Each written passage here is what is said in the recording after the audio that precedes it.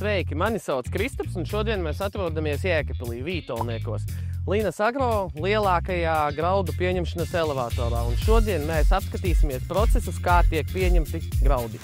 Iebraucot Linas Agro Vītolnieku elevatorā, pirmais punkts – parauga noņemšana.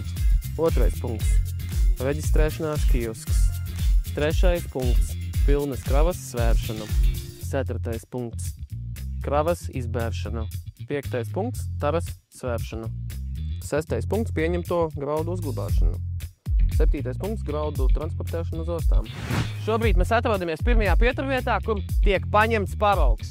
Kamēr tiek ņemta analīze, mēs dodamies uz kiosku, ievedam visu vajadzīgo informāciju un tālāk braucam uz svariem.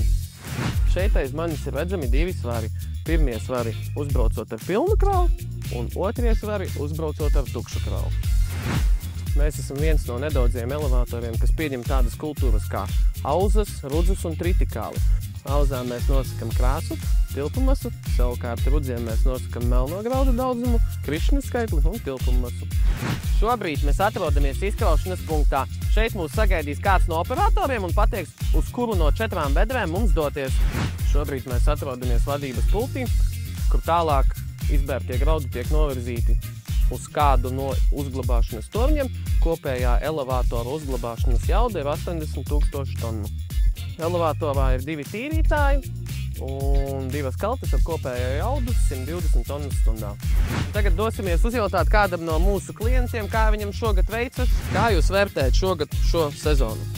Varbūt mazliet neparasta, mitruma vairāk nekā citu gadu bija. Labi, es esmu mazs zemnieks, tad man nav baigi par ko sūdzēties, jo es esmu svētdienas zemnieks. Droši vien sarežģītāk ir tiem, kas ir lielie zemnieki, kas tikai ar to nodarbojas. Linas Agro Vītolnieku elevators aktīvajā sezonā strādā visu diennakti, kā arī šeit uz vietas jūs varat satikt Linas Agro menedžerus un asistentes, un novēlu tev, lauksaimniek, labu ražu, veiksmīgu sezonu un tiekamies uz lauka.